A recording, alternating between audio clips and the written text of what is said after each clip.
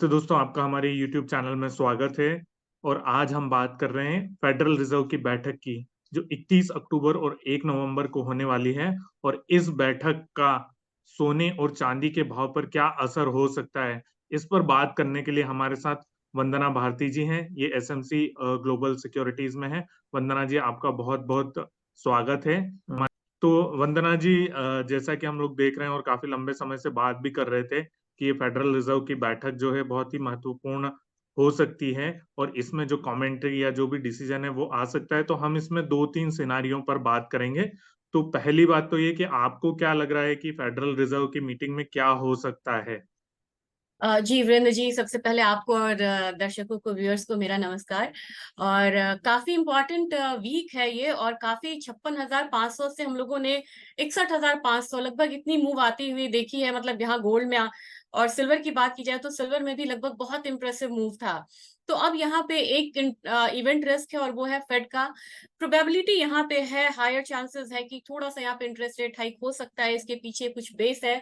इनका इन्फ्लेशन का जो टारगेट था कम करने का, वो 2% था। इन्फ्लेशन करीब करीब 3.9%, 3.7% के करीब यहाँ पे है। और स्टबर्न है यहाँ पे, सप्लाई साइड शॉक्स भी है, जिसकी वजह से अभी तक इन्फ्लेशन बहुत ज्यादा कंट्रोल में नहीं आया है। लेकिन अगर बात करें यूएस इकोनॉमी के परफॉर्मेंस की, तो लगातार हम लोगों ने आंकड़ा को अच्छा होता हुआ, बेहतर होता हुआ देखा है।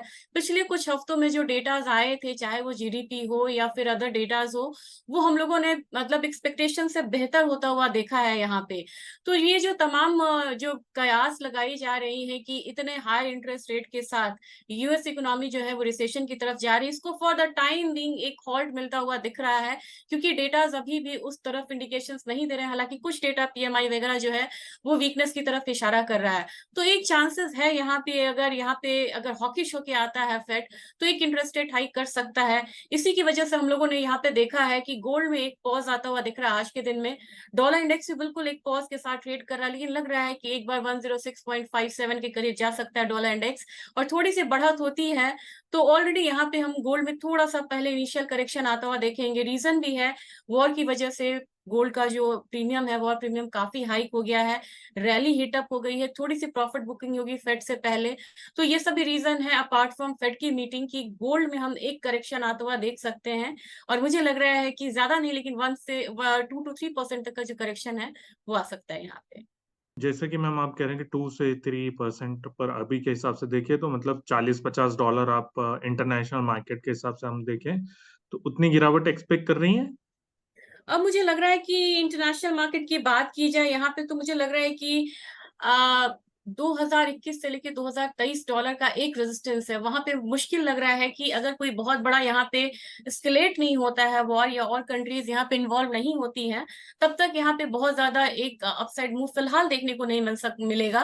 और अगर थोड़ा सा डाउन साइड की बात की जाए, तो गोल्ड में जिस तरीके का भी सिचुएशन है, शार्प फॉल हम यहाँ पे बिल्कुल एक्सपेक्ट नहीं कर सकते हैं। एक मॉडरेट फॉल जो कि आपको $1980 के करीब का दिख रहा है, वो यहाँ पे आ सकता है। तो $40 से $50 नहीं, लेकिन कह सकते हैं यहाँ पे वीरेंद्र जी की $20-25 तक का जो एक फॉल है, वो यहाँ पे हम मान के चल सकते हैं कि आ सकता है। और इसे हम बहुत ज्यादा शार्प फॉल कंसिडर नहीं कर सकते हैं।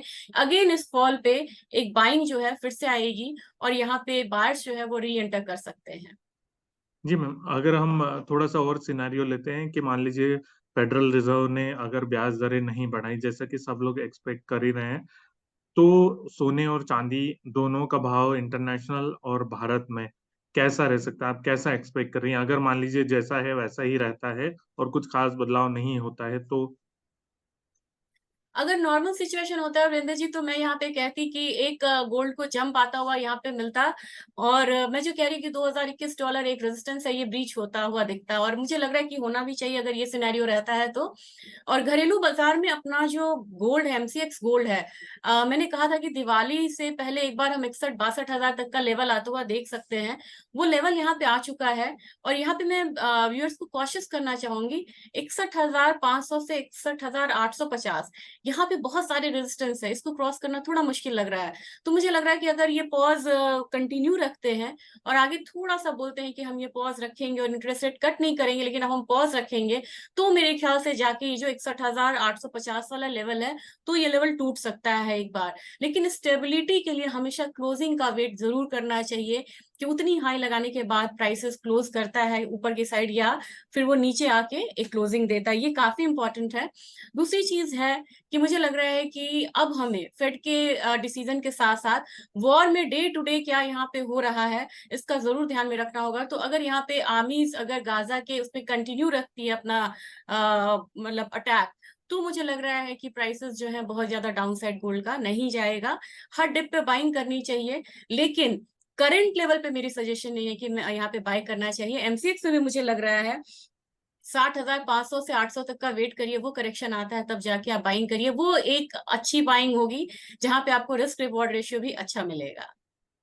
और मैम अगर जैसे कि आप कह रही हैं कि एक्सपेक्ट कर रहे हैं कि फेडरल रिजर्व अगर ब्याज दर बढ़ा देता है, तो वो सिनेरियो अगर हम डिस्कस करें तो उस सिनेरियो में क्या हो सकता है कि जैसा आप कह रहे हैं कि कुछ गिरावट आ सकती है। अगर यहाँ पे ब्याज दर बढ़ता है तो मुझे लग रहा है कि एक बार प्राइसेस नीचे $1980 से नीचे की क्लोजिंग होती है, क्लोजिंग को जरूर ध्यान में रखिए, तो अगला जो पड़ाव रहेगा वो 1980 $1960 का होगा। अगर एमसीएक्स की बात की जाए तो मुझे लग रहा है कि 608 6000 60,800 पहला पड़ाव होगा। दूसरा मुझे लग रहा है कि प्राइसेस यहाँ पे रिएक्ट करेगा डेफिनेटली अगर यहाँ पे इंटरेस्ट रेट हाइक होता है, और नीचे की तरफ एक बार हम 60,500 से 60,400 तक का लेवल्स आता हुआ देख सकते हैं। तो अगर बढ़ता है तो निश्चित तौर पे यहाँ पे एक करेक्शन जो रहेगा वो आता हुआ दिख सकता है। और चांदी के भाव में मैम अगर बढ़ता है तो, और अगर स्टेटस को रहता है यानी नहीं बढ़ता है या जैसी सिचुएशन है वैसी ही रखते हैं तो। जी, चांदी में मुझे लग रहा है कि चांदी में थोड़ा सा चार्ट जैसा दिखा रहा है, इसमें मुझे कंपैरेटिवली लग रहा है कि बेहतर दिख सकता है। ऊपर की तरफ मुझे 73,000 का सिल्वर लग रहा है, तो अगर यहाँ पे नहीं बढ़ता है तो मुझे लग रहा है कि प्राइसेस ऊपर की तरफ 73,000 के करीब जाएगा और एक करेक्शन आता हुआ हम देख सकते हैं डॉलर इंडेक्स में। लेकिन अगर यहाँ पे प्राइसेस इंटरेस्ट रेट बढ़ जाता है तो निश्चित तौर पर डॉलर इंडेक्स को एक बूस्टअप मिलेगा, वो 107 की तरफ जाने की जरूर कोशिश करेगा। उसका ये परिणाम रहेगा कि गोल्ड सिल्वर में एक करेक्शन आएगा, और सिल्वर में अगर करेक्शन आता है तो ज्यादा फॉल मुझे एक्सपेक्टेड नहीं है, लेकिन 71,000 तक के जो लेवल्स हैं वो यहाँ पे आ सकते हैं। तो अगर बढ़ने का सिनेरियो है उसमें 71,000 का करेक्शन वाला मुझे लग रहा है लेवल आएगा सिल्वर में। अगर यहाँ पे स्टेटस को मेंटेन करते हैं यानी कि अनचेंज रखते हैं तो प्राइसेस ऊपर की तरफ 73,000 तक जा सकते हैं। तो क्लियरली इस तरीके से आप यहाँ पे ट्रेड कर सकते हैं।